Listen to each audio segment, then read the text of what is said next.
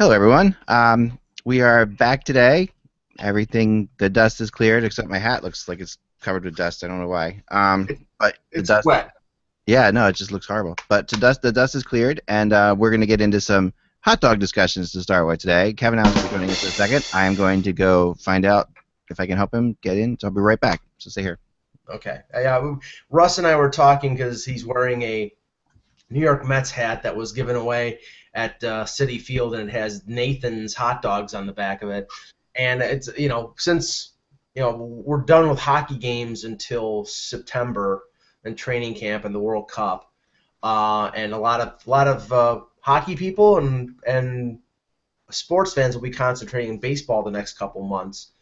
There's nothing like going to a baseball game. I'm planning my yearly excursion to Yankee Stadium, and the first thing that I do is I go to the stand and get myself a 12-inch Hebrew National kosher beef hot dog. That is the best thing, and they also sell Nathan's hot dogs in there. They sell and I've had both, not at the same time. I've had both, and New Hebrew National is so much better. Well, it's been 24 years. I just did the math since the last time I had a pork hot dog. I'll eat an occasional chicken or turkey frank. I haven't touched that, though, for 24 years. And so, sadly, the last frank I had like that was a Phillies frank, and it was disgusting. Hopefully they've improved over the years. But getting to this debate, I think what happened is, Nathan's was first. Mm-hmm. And so it got passed down through generation to generation. And I think some families got hooked on Nathan's. Yeah. And then if you got a taste for Nathan's and you tried Hebrew National, maybe you didn't like it. But there's not even a question about it. Like, Hebrew National has always been the #1 hot dog. Sabrett is not even in the league. No. None of them are in that league. Well, the funny thing is, and I've discovered that this is regional. In Buffalo, if you're talking hot dogs, it's Salen's hot dogs, and it's a pork hot dog, and that's all I had until I was 40. I mean, I really, and that's what's true. They're either pork or beef, yeah. Right, and then I went to Yankee Stadium first time in 2007 for my first game that A-Rod hit his 500th home run, and got myself. And that was an expensive left-handed DH. Yes, exactly. Right-handed DH against lefties.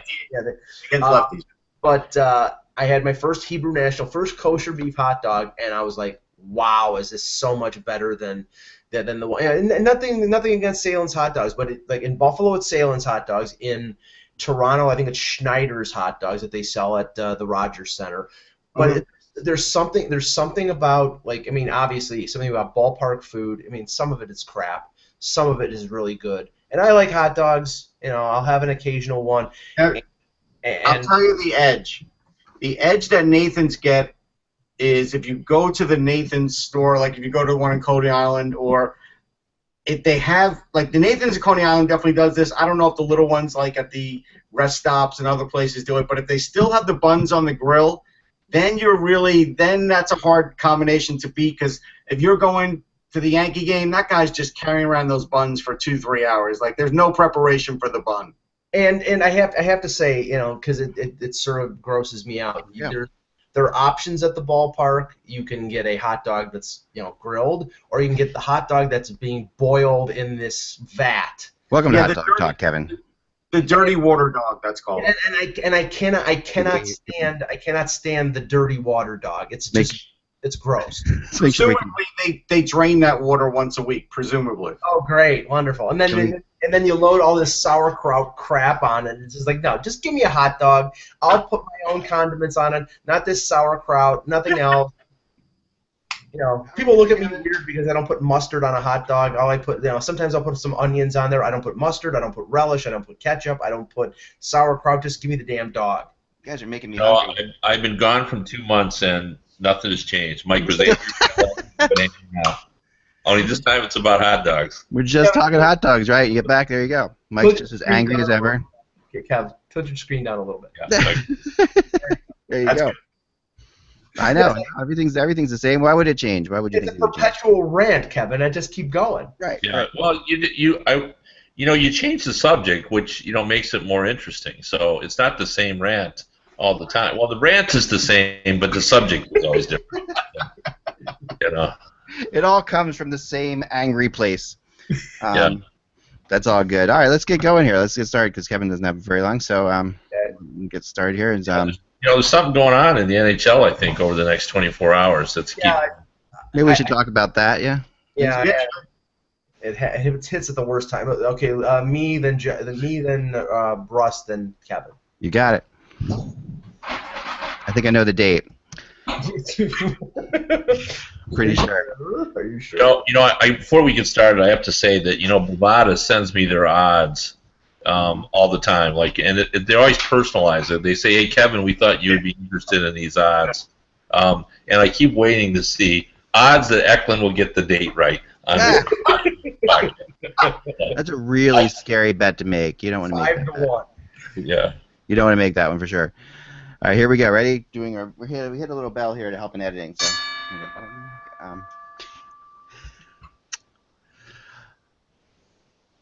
hello, Hockey World. It's Thursday, June 30th, 2016. I'm Michael Agello. I'm Russ Cohen from Sportsology. And I'm Kevin Allen of USA Today Sports. And I am Eklund. And you're watching the HockeyBuzzCast on HockeyBuzz.com. This is the podcast that comes to you every time of day, this time of day, during the day. I don't know whatever I'm saying, but you know what I'm saying. In the afternoons, we talk about hockey, and we're happy to have Kevin back today after what was maybe the craziest 30 or 23 minutes or whatever they're calling it in trading rumor / history.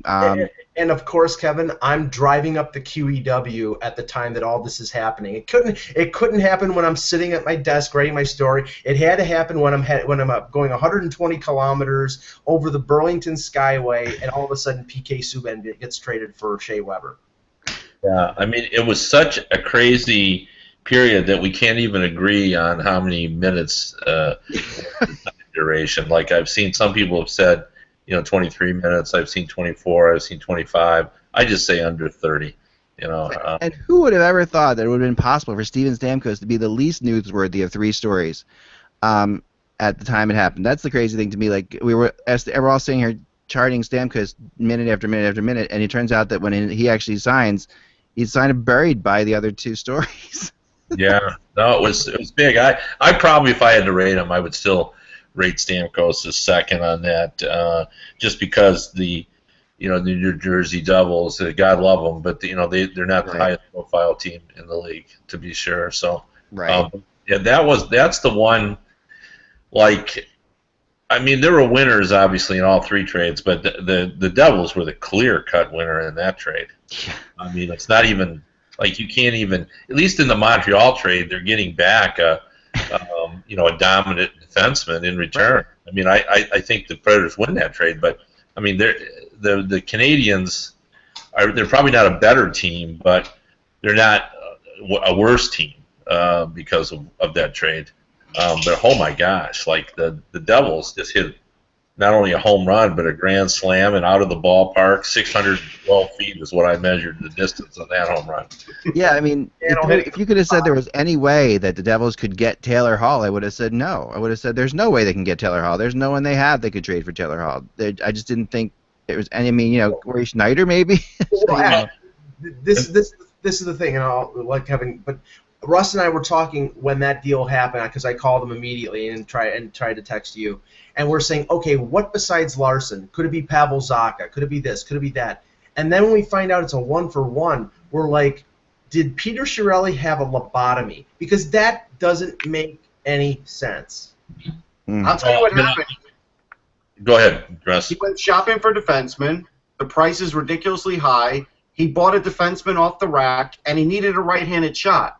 And when you do that, he had to pay the highest possible price because he not only needed a defenseman, but he needed a right-handed shot too. And the right-handed shots are hard to find, so it's the same thing as going shopping on a day where there's no sales. I mean, that's really what it was. So he went to the Nike store essentially instead of going to like Payless and picked up a Nike version. Yeah, I think it's worse than that. Like I think that he not only went shop, basically he got a Kmart item at Saks Fifth Avenue price. like Larson is a good defenseman, but he's a B or a B plus with being an A minus. And Taylor Hall is an A forward, a speed forward at a time when speed is becoming even more central and crucial to the way the game is played. And I completely agree with Mike. I said, and I've said since this trade has happened, if you said to me, well, the Oilers made a trade, and the guy they got back is Larson. Okay, so far I'm okay with it. And then they got back next year's first-round pick and a second-round pick, and then the Devils gave a third-round pick went back to the Devils. I say, all right, yeah, I see that trade because Russ is right. They needed a defenseman. He's a good young defenseman. He's got potential upside. But there was nothing to it. And I know when they sign Lucic tomorrow, they're going to say that the deal was we acquired cap space, which, so many general managers love to sell you on the idea that is an asset. That's important that you get that. You get that in the deal. You get cap space. Yep. But I'm still not buying it because I still believe you could have gotten more and achieved the same thing. Like, going to someone who has a very good top-flight young defenseman and say, give me that, your first-round pick, and your second, and I'll make the deal.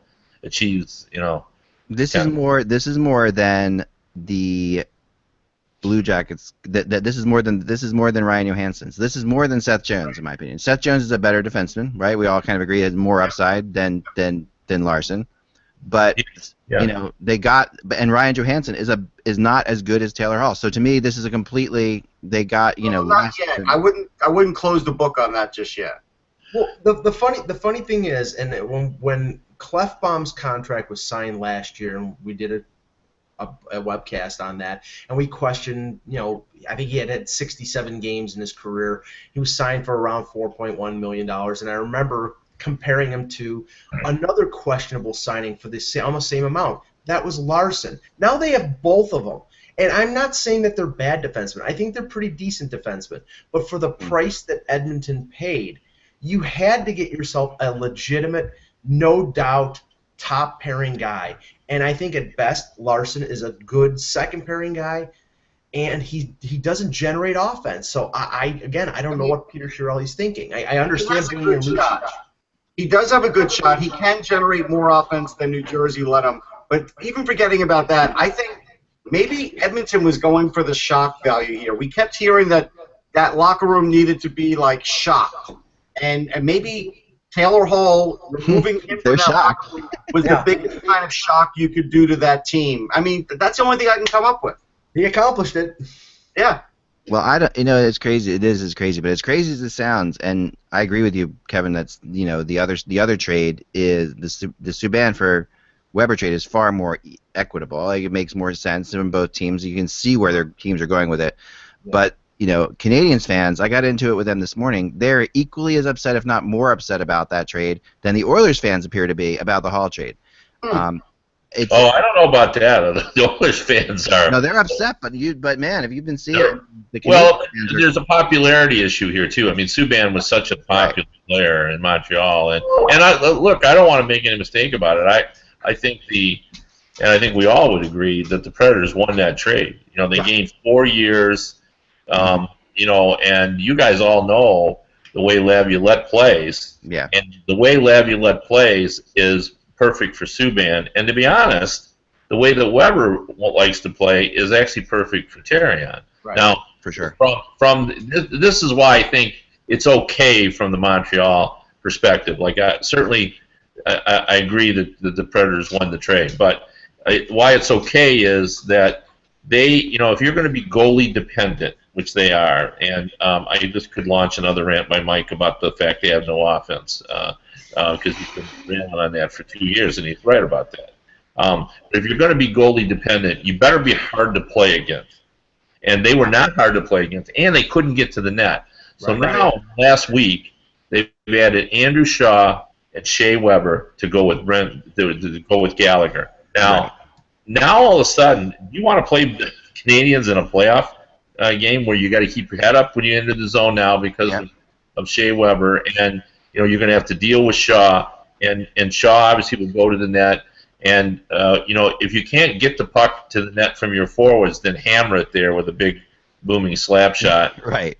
from Weber. So, like it's not a disaster for Montreal. They just lose because they gave up they're going to have the Weber contract ad infinitum, and they gave up 4 years on the aid. So, but I think Montreal fans will learn to appreciate what Weber brings. I do too. I think the big question: how many more goals will Weber generate for the team? Like, he'll get 5 to 8 more goals than Subban a season, but he shoots a lot on net. How many more goals will go in from Shaw and other guys? Like, how many more goals did they pick up on a season from him? That's what I think they're looking at, and I'm not sure they're going to get as many as they hope for. Well, they had the same number of points. Subban had more assists and Weber had more goals. That's all. I heard Montreal fans comparing this to the Patrick Waugh trade, and I think that's ridiculous because they literally got nothing back for Patrick Waugh. They got Jocelyn Thibault and Martin Ruchinski, and Waugh was the guy who led the Avalanche to a Stanley Cup. I think it's on the ice, it's a fair deal. Public relation-wise, it's a disaster for the Canadiens. Yeah, that's why they're comparing it to Waugh. It's just the popularity of the players, not the actual performance level. Right. No, I think that's fair. But this isn't Gomez for McDonough. I mean, this is not that trade. I mean, that to me is the worst Canadiens trade. The other issue that I have with it is, we all know that it's hard to play in Montreal, in Toronto, if you're not equipped to deal with the media.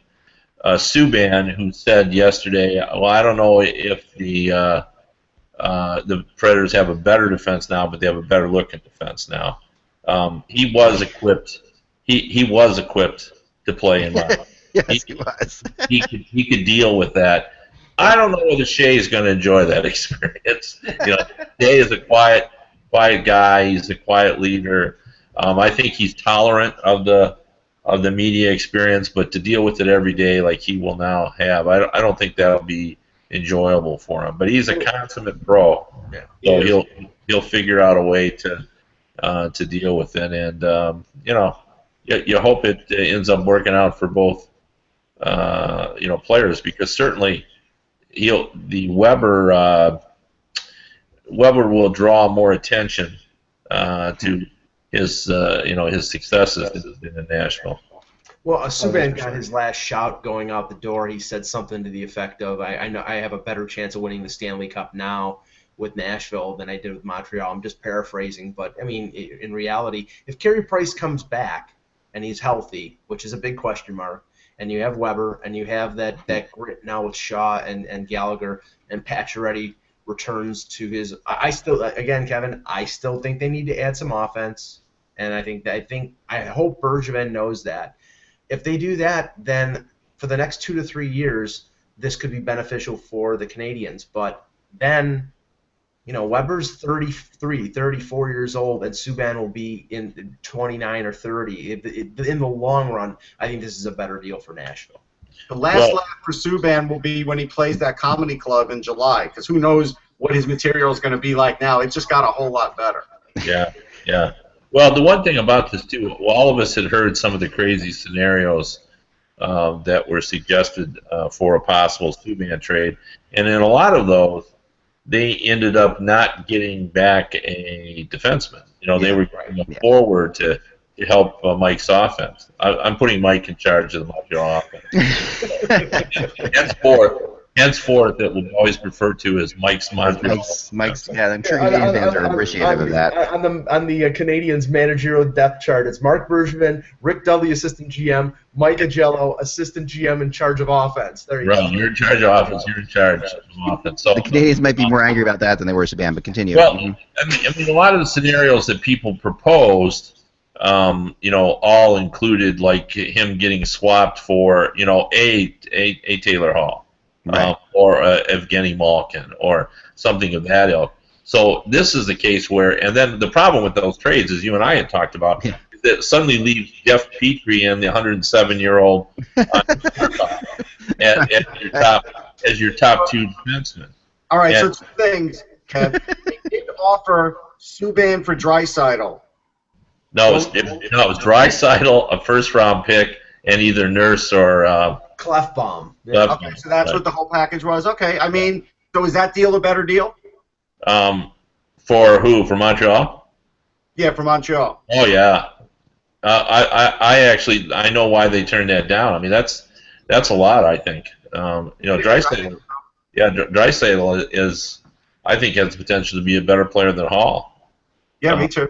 The Oilers just made news again. NHL.com just texted us that they've bought out the final year of Lori Koprikoski's contract. So just letting you know. There were a lot of buyouts today.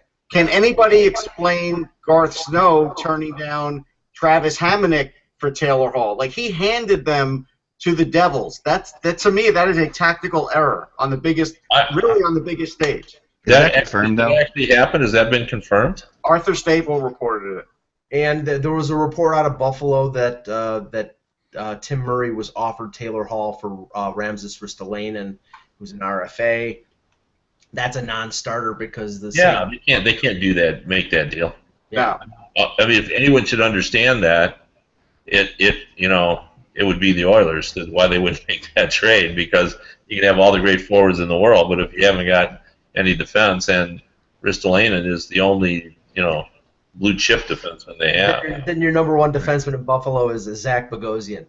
Yeah. What about the non-trade? Okay, what do you think about the non-trade from the Islanders? If that's true. It's on the website, and Arthur reported it. All right, well, let's say that's okay. So. Well, if that's true, I think that's I'm stunned by that, because as much as they would need they hated to give up the defenseman, but I would do that to get an A forward like Hall. Yeah, so, somebody could play with Tavares perfectly, it would seem like. I mean, is Hall one of the best wings? Someone said today he's one of the best left wings in the world, one of the top 3 or 4 left wings in the world. I mean, is that arguable? Yeah, no, I think that's true. I thought he should, I had him projected to be on Team Canada for the World Cup. I thought he was. Yeah, that's true. A lot of people. I'd seen it from you and a couple people that was that. Yeah, man, oh man. I had him on the 4th line, but. So what they do next in Edmonton is very important, obviously, and like you've said, it does look like all indications now are that Lucic basically has them over a barrel. It sounds like at this point Lucic can get whatever he wants out of this deal. It feels like. I don't know if I don't want to accuse anybody of jumping the gun or cheating, but it doesn't feel to me like anybody's got anyone over a barrel. This feels like a wink, wink. Yeah. We've got this is already.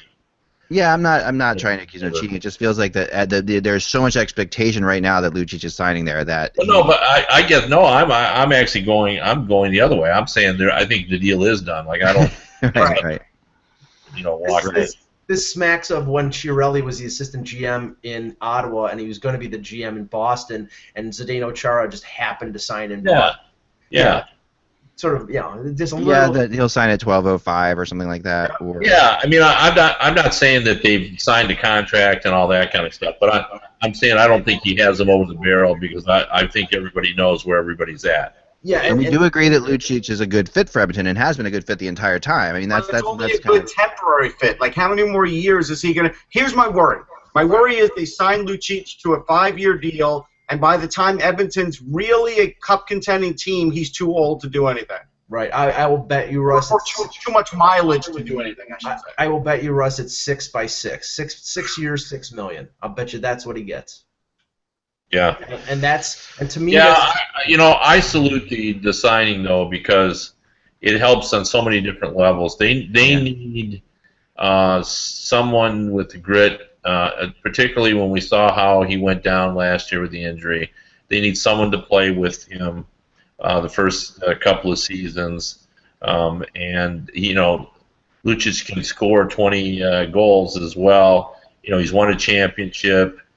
He's good in the dressing room. This is a good signing. And, the one thing that I have a hard time with, and I'm making my peace with it, is, oftentimes we look at it as the average salary being what it is because of the cap. But sometimes general managers look at it, it's costing us $6 million a year in the cap hit, but they sort of see it as they already know they're only going to get them for 4 years. You know, they figured that in their head, and they think it's still worth it.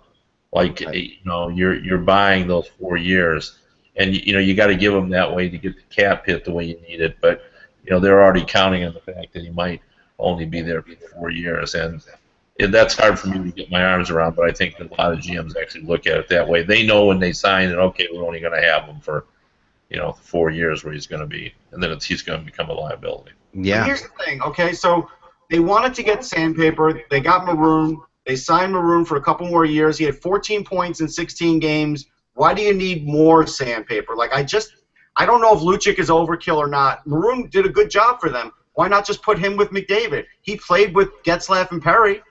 Yeah, but I don't think it's the same. I think Lucic is a better player. Yeah, I think Maroon, it's hard to say is that it's just, did he kind of get lightning in a bottle there? How long can he hold that? Obviously. Well, he played with McDavid, so I mean, you could say it worked, but I think Lucic brings a completely different dynamic when it comes to intimidation. Anyway, he doesn't have to fight; he just has to look at somebody and scare the crap out of them. So, and when you look at the Western Conference, when you look at playoff teams, to get through the Western Conference, you have to be tough. You can't just be skill-oriented. I mean, I think there's a developed level of toughness in the West that's really necessary. Sure, but they're losing speed in every one of these trades. Like, Taylor Hall's one of the fastest players in hockey. He's gone. If they get Tyson Barrie for Nugent Hopkins, that's the next fastest guy in the team. He's gone. Like, all of a sudden now, you are turning the Oilers a bit into the Boston Bruins, and maybe that's good, maybe it isn't. I don't know. I think you're right on all these kind of things, but Connor McDavid is still fast. Yeah. Right. Yeah. So Draisaitl's there. I mean, Draisaitl's still fast too. Puljujarvi's. I mean, they have a lot. I mean, they have plenty of offense, and they could make this trade. Now, here's the big question that I had the other day because I was talking to somebody, and I was thinking to myself, if Kukalainen takes Puljujarvi at number 3, does any of this happen? Yes. You think Hall still gets traded to New Jersey? Yeah, I do. Because they were going to trade forwards, and I just assumed. I think we all assumed it would be Everly. And right. Well, I thought Everly could have been traded still, but I mean, I think Hall, because Puljujarvi's a wing, because he comes in the way he does, I think this makes Hall specifically vulnerable. I mean, all Puljujarvi going at 3 changes is that at Edmonton at 4 probably takes Tkachuk instead of taking Puljujarvi. I think that's all. It's gonna. I don't know if they would have been in on Dubois, but they probably would have been in on Tkachuk. It doesn't sound like they were in on the defenseman Yalevi or Sergachev. Otherwise, they would have taken him at 4. Right. So, well, like I've heard many times now that the Oilers were working like crazy to try to get up to number 2. There was a 3-way deal supposedly between Columbus, Calgary, and Edmonton that would have resulted in, I think, Calgary moving up to 3 and Edmonton moving down to 6. They really wanted to get to 2. They really their whole thing was they believed that the combination of Patrick Laine and Connor McDavid was their Curry Gretzky. That they thought if they could get Laine, they had it. And from what from all that I've heard, that was the team at Winnipeg really had to think long and hard. It was a very big time trade. Maybe that was, who knows? Maybe that was Taylor Hall and the number 4 for number 2, or who knows what that was. But that could have been something like that. It was apparently a really tough trade to turn down. That's what at least I heard. The part I feel bad about for Edmonton fans is they definitely are getting better, but this is the West. So even if they get 25% better, that probably still means they may not make the playoffs, and it still might mean they're 2 years or more for making the playoffs. Like, it's not. None of these moves are going to guarantee them a playoff spot because of where they play, and yet they may be a lot better. And so that's the other part that you kind of wonder: are they doing it all at once now? Is it too much? Like, they didn't do anything last year. They should have probably done more last year and then this year. It just seems like they're doing it all this year. And is the difference between them being playoff competitive and being where they've been the last few years the difference between a bad defense and a middle-of-the-road defense? Because right now, without adding a number 1 defenseman, they're putting together a sort of middle-of-the-road median defense. It's not something that's going to, like... Right. It might be an average defense, but they still have to replace Taylor Hall's points. Like, even Lucic's not going to replace Taylor Hall's points. Correct. Yeah. Well, yeah. Let's break down Mm-hmm. championship Pittsburgh Penguins defense. Right. And I think everybody loves Letang, and he's a big minutes eater, and he's a dynamic offensive player, and he's a very good one-on-one defender, and he's all that. Best slasher in the league. Yeah, but Trevor Daley got hurt, so so now all of a sudden, we're dealing with Ian Cole and Ben Lovejoy, and the guy that Mike just loves so much, Schultz, the defenseman, came in and played. Now, all of these defensemen, they all played their hearts out, and obviously I was at that, and they were a very effective unit and played well. But none of those guys are. Is there anybody in that group that's above average? Yeah, Ian Cole's definitely above average. I always thought in college he was above average. He is a really good defenseman. He just has no offense in his game, so I think that sort of gets overlooked a little. But I think he's an above average. I do. Well, see, I don't think you could. If you've got no offense, I don't think you can be above average in the NHL. Well, I think you can. He moves the puck and he does everything else. So, well, I mean, but yeah, I don't know. I see. To me, average is a two-way guy. Yeah. Who does a little bit of everything. Right. And I like Ian Cole. Like I'd want him on my team for sure. Yeah. I'm just trying to make a point that. No, I think your point's well taken, and I think. I don't think you got to get. The Calgary Flames have a great defense, and I did see them in the playoffs. True, but Klefbom's not even Letang, so even at that number one, you don't really have a number one. So then your number one is your number two, and two is your three. So their best hope is that they're an average defense in the West. Yeah, no, that's right. But they can score. I think what we saw what we saw this year is San Jose got pretty far because they could score goals. I mean, you have to be able to score goals, and they can score goals. And Connor McDavid is Connor McDavid. He eventually will lead his team into the playoffs. There's no question about it. But in the end, San Jose got exposed for. I mean, everybody thought going into the playoffs, and the reason why, I took Los Angeles in the first round over San Jose is because I thought their defense, other than Burns, was weak. And in the final, it finally exposed itself. Their offense covered it up in the first three rounds, but Paul Martin was exposed in the playoffs. Roman Polak was exposed in the Stanley Cup final. So I mean, in the end, everyone who played the Penguins was exposed in the playoffs. I mean, that's the bottom line. That's right. And the one thing about the Penguins that the speed that everybody talked about wasn't about offense. It was about the defense. Like every coach after playing the Penguins said exactly the same thing. Every time we got the puck, we never had any darn time to make a play. Right. So it wasn't that they were flying up ice and were mesmerizing and you couldn't deal with their speed from an offensive standpoint. Yeah. You couldn't deal with their speed from the defensive standpoint. Right. My last question on that team is the one that everybody's overlooking. Will Cam Talbot be above average this year? That's a question. Yeah. No, that's fair. But the one thing that they know is if they don't love Cam Talbot this year, there'll be plenty of goalies for them to Sure, but then they're kicking the can down the road again, and now all of a sudden, they got to get a goalie when they thought they had everything else fixed. Yeah, no. That's true. Smart. I mean, but Ben Bishop's out there, so heck, they could, who knows? Howard, Marc-Andre Fleury, Jonathan Bernier, keep going. The list. Now, Russ, this quote you put in here from Staples' Twitter is pretty crazy. Twitter, yeah. I want to read this for a second. Can certainly debate skills of Hall Hamonic trade, but wasn't a trade the Isles felt they could make with one of the emotional leaders of the team. Is that emotional leader being Hamonic? Yes. Yeah.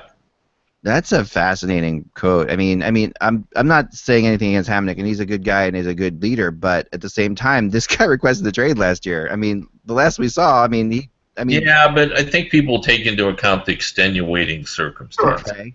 All right. But here's the thing, Kev. At the end of the day, you could get a top 10 scorer in the league for a number 4 or best number 3 defenseman, emotional leader or not. Don't you make that deal? Yeah. No, I sure would have made it. That's a fascinating one especially because you need to keep John Tavares happy right now so much. You are in a spot where you're losing Okposo. You're losing, you know, and you don't have anybody coming in. You get Taylor Hall, Tavares probably signs an extension this summer. Well, see here, here's the thing too. I mean, the reason Steven Stamkos is still a Lightning player is because, you know, the reason why people leave through free agency is to find a better circumstance for themselves. And I think Steven Stamkos, and we've talked about this in previous shows, looked at the environment that he was heading into and looked at each of those teams and said, where is it that I'm getting a better situation? Because he really wasn't. You know, the best team of all those teams that were going to court him, the Lightning were a better team than that. And the money, although, you know, someone could have given him an extra $1 million, you know, the Florida's income tax, the lack thereof, made it, you know, put it on par with a $10 million salary or just above $10 million. Yeah. And in all situations, it wasn't better than where he was at, and I think that's kind of what it all came down to. Yeah, I want to give my personal feeling on this because I heard a lot about this today. I don't think Stamkos left a ton of money on the table. I think that's the perception, and until we hear otherwise from like the Leafs or somebody else that was offering, I don't know if the other offers were so much more. I think the blood clot did take down the offers from the other teams. I do. Russ, I don't think we'll ever hear specifics from the Leafs, but I know Steve Simmons reported yesterday that more than likely the advertising endorsements that he turned down could have, over the 8 years, turned out to be. But he doesn't want to do advertising endorsements. Right. That's the thing.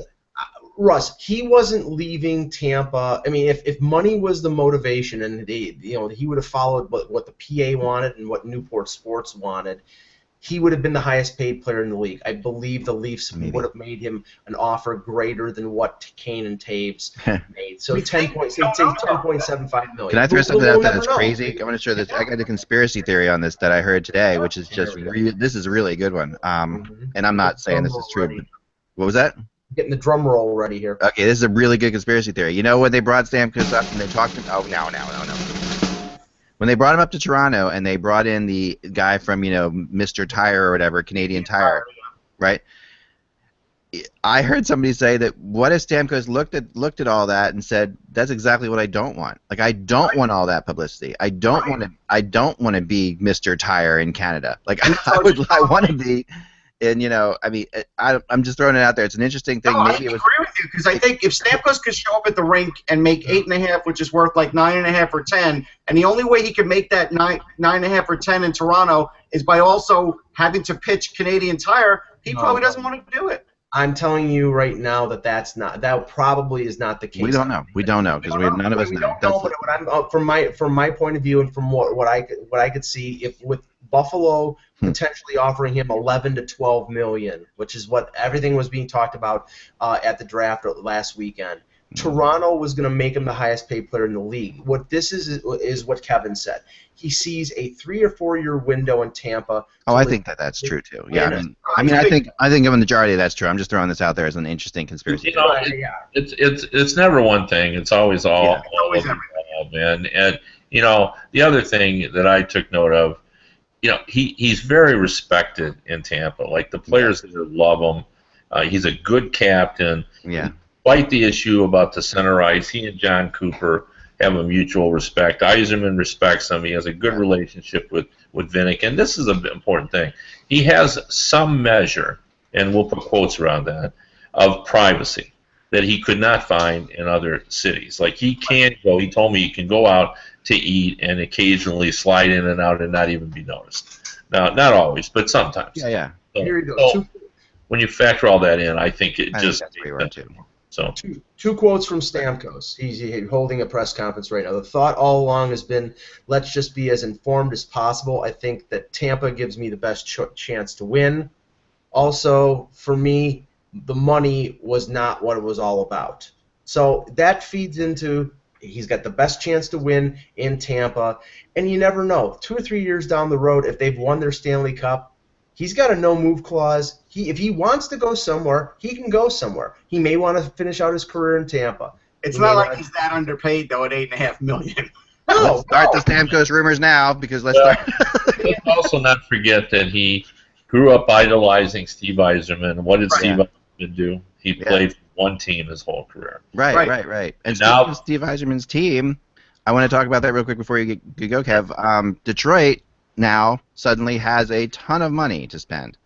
Yeah. And they're entering a UFA, and this is a rarity for Detroit. I can't remember a UFA day where they've been the team with the most amount of money to spend. I mean, this is Well, yeah, not in the salary cap era. Now, Right. they got $11 million bucks. Well, they actually have 19, but they got to sign DeKaiser and Mrazek. But right.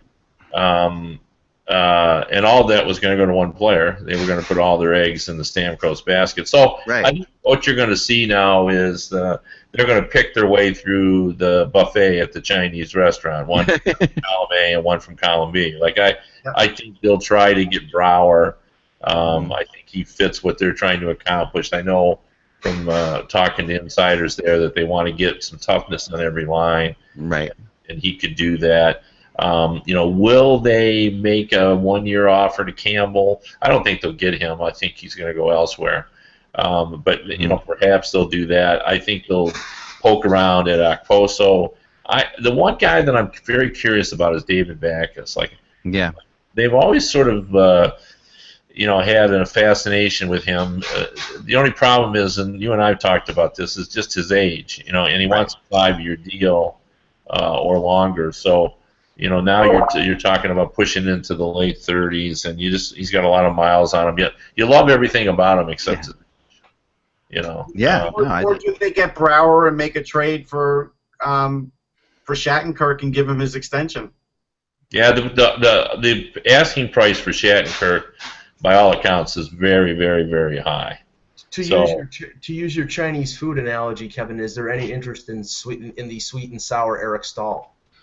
Well, they need a center. They really do, and I've thought about that. But the problem is, everybody tells me that, and if I know this, then that his offer is not where it needs to be in order to be paid to be a top 6 forward. So, he's probably a second liner.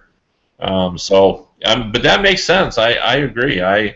Now, right now, if you started the season, you're Dylan Larkin and Zetterberg's got to play center all the time, and I don't know whether his back can take that. Yeah. Right. So then you got to move Riley Sheahan up to being number 2, and he has surprisingly good hands for a big guy, but I don't know that he is a number 2. So I think he's a really good number 3. So I just heard. I don't know whether this is true, but I had heard from a reasonable source that the Edmonton Oilers took a run at Riley Sheahan. They wanted him to be the number 3 center. That's interesting. And the Red Wings did not bite. They wanted to keep him. Maybe would Detroit take a run at Antoine Vermette and try and get him out of Arizona, because that would solve their center and some face-off issues for him. And Martin Hansel's also available because he's got 1 year left in a contract, and his name has been bandied about for Arizona too. So yeah. There's I did talk to Jarmo Kekalainen yesterday, and I extensively called to talk to him about Seth Jones, but we got into a discussion about what he was planning to do in free agency, just in general terms, and he just said that after the big chips fall, he would see what's there. Right. But he wasn't.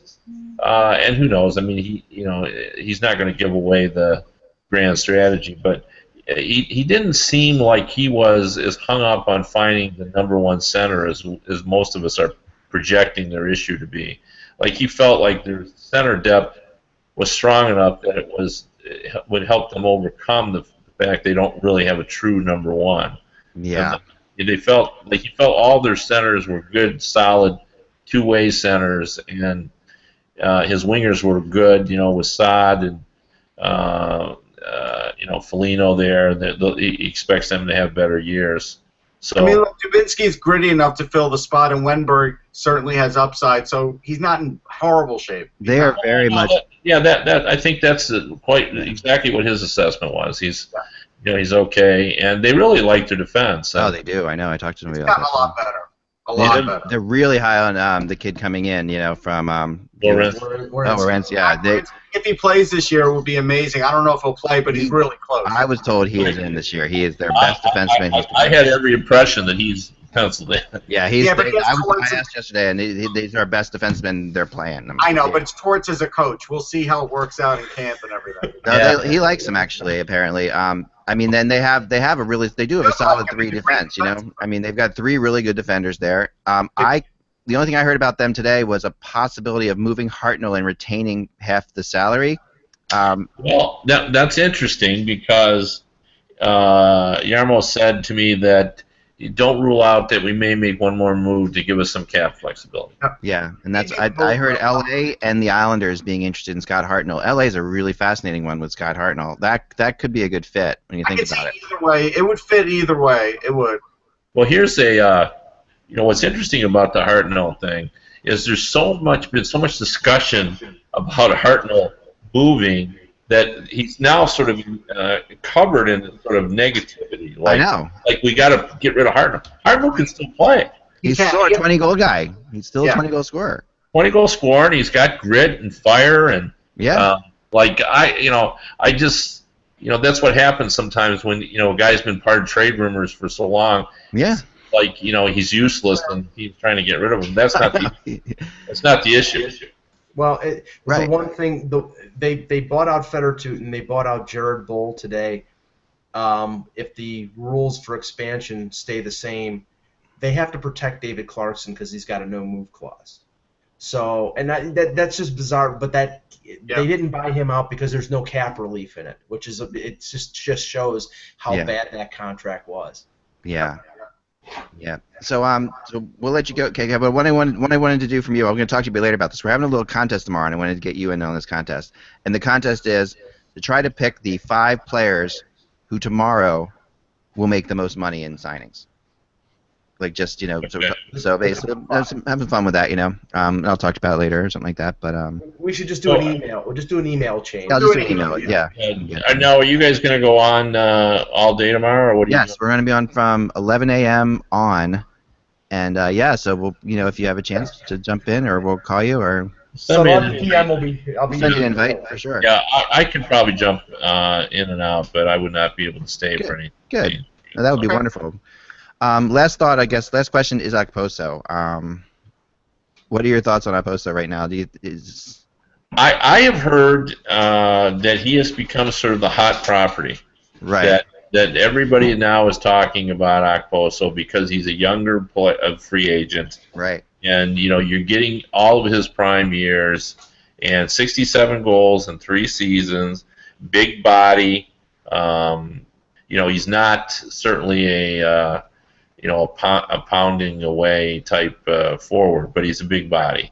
I think most of the teams looking for offense are going to talk to him. I think the Red Wings, the Bruins, the Devils. I think they'll all be in on him. I think he can price himself out, though. I think there's a limit to him. Well, somebody's going to have to pay him because if all those teams are talking to him, he'll get paid. But I mean, when we're hearing $8 million, you can't pay Kyle. No, I mean that's ridiculous. Yeah, I haven't heard of the $8 million tag. That's what he wants. Yeah, that's the rumor. Well, Matt Martin wants $3 million. Let's keep things in perspective here. I do think he's going to definitely get over 6 and could get close to 7. Yeah. If he's in the 6.5 range, that's fine. Anything over that, you are risking it because he hasn't been great in the playoffs either. I mean, that's realistic. Yeah, but I thought he was okay. I watched a couple of games of that Islander series, and I thought he was pretty okay. Pretty good. He's okay, but he could have been more of a leader, and I think they felt that way too. Yeah. The Islanders are going to have to replace him with somebody too. I mean, they're going to have to do something. They really are. I mean, they can't just not replace him. I mean, if they expect to not go backwards, I mean, the Mets. I cut myself off when I was making that point. I started to talk about Tavares, and I went to Stamkos to make my point, and then I never came back. And the point I was making is, when Tavares comes up, he's not going to look at his team the same way Stamkos looked at the Lightning unless they do something. Right. That group, to improve that group. It's not the same. They're just not in the same position. But unlike Stamkos, I think the Islanders will open up the books in terms of money. I think they'll pay him $10.5 million because they can. They have the flexibility to do so. Stamkos took a hometown discount so they could pay other guys And he got great money, but he also knows he's got a chance the next 2 or 3 years. But a lot of people might pay Tavares $10 or $11 million at that point. I mean, that's the thing about that. Start that act, because I'm telling you right now, the Toronto fans are grasping at straws like Tavares in 2018. No, I'm not talking about Toronto, but I'm just saying there's a lot of team. I mean, and I think Kevin's dead on it. If they're not competitive at that point, and they'll be competitive. I think for as long as the Islanders are in the Barclays Center, they need to continue their marketing, and they need to have a big name, and they will pay that big name. They will. But who can they get? I mean, if Poso wasn't an Islander, I would argue he's the player they should go after. Yeah, I've never understood why they couldn't get that done. That's the truth, isn't it? I mean, he's the guy who they need. I mean, and when I was filling out my needs thing this morning, I reached the same conclusion when I said, okay, who's a good fit for the Islanders? It's Okposo. Well, here's the thing, though. The best fit for the Islanders may be in-house with Michael Del Cole, and then their next best fit is Matthew Barzal. And so both of those guys may be the answer, and it may not be on the free agent market. He may like playing so much with Del Cole, then that works. We have to just wait and see.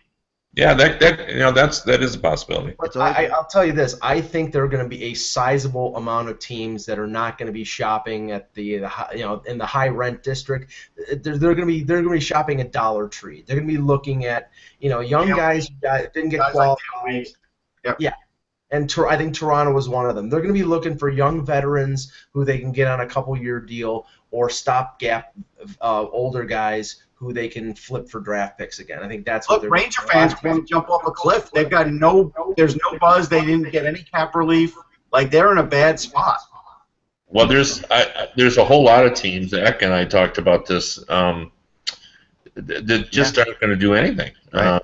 They're just looking at small things, and they just don't have the cap room, or they don't want to use that cap room. I mean, Kekalainen was talking about the fact that one of the things he's considering is just saving the room that he has, and then maybe utilize it during the season once he sees where the team is at. Right. Yeah, that's a good move. Which wouldn't be a bad idea. I mean, I think the Columbus is going to be competitive. I think New Jersey. I mean, I think the Metro Division, is getting better. I think Kekalainen deserves a lot of credit. He took a hit at the draft, and I think everything else he's done right. And I think that he should be off the hot seat, even though there's a lot of fans out there that seem to still be angry with him for whatever reason. Yeah. I think it's wrong. They have a limit, though. I think that they're a good team, but they can't compete unless they get they need to get a big center to compete to really win. They can make the playoffs with this team, but can they go any further than that? Weber could turn into that big center this year. Like, we don't know. That's He's possible. really good. That's very possible. Well, I want to thank everybody today. We'll be back tomorrow at 11 a.m. See you later, guys. See you later, Kevin. Thank you very much for joining us. We'll be back then for sure. We will be going right on through. We're going to have guests joining us throughout the day, different people, and it's going to be a fascinating one. I mean, I think I think that the Stamkos thing happening beforehand does make tomorrow a lot more clear and a lot more interesting. I think it makes teams that were in it, with the exception of Toronto, I mean Detroit and Buffalo, Montreal, that much more desperate to make a splash. And I think that exposes them to making a bad signing. Like if Detroit or Buffalo signs a Pozo for $7 million, I think their fans should be banging their heads against. The last thing I'll leave it with, and this is where I was getting at with Chiarelli, there's certain years where the market's robust with players. There's certain years where it's not, right? I've experienced this with my baseball team, and I've seen the Mets go shopping and spend big money and not a great free agent year and pay the wrong guy too much money, and I think we may see that tomorrow. Yeah, although there's not a lot of money out there, so we have that's the other thing. There's just the cap not going up, and I mean I think there's going to be a lot of players that are shut out. Like I said, but even like Detroit, may spend like a drunk sailor. sailor. I mean, I think Detroit, since they set themselves up, for Stamkos, and they cleared all that cap space, they're definitely going to get one or two players. But I don't think there's going to be many teams that are going to get two players tomorrow. I think you're going to be looking at a lot of one-player teams. And you're going to see a lot of veterans. I mean, Kevin mentioned Campbell. You could see them sign like a one-year deal with a team. Like Campbell could go to Chicago, he could go to Detroit for 1 year and go in a position to win, to where he thinks he can win.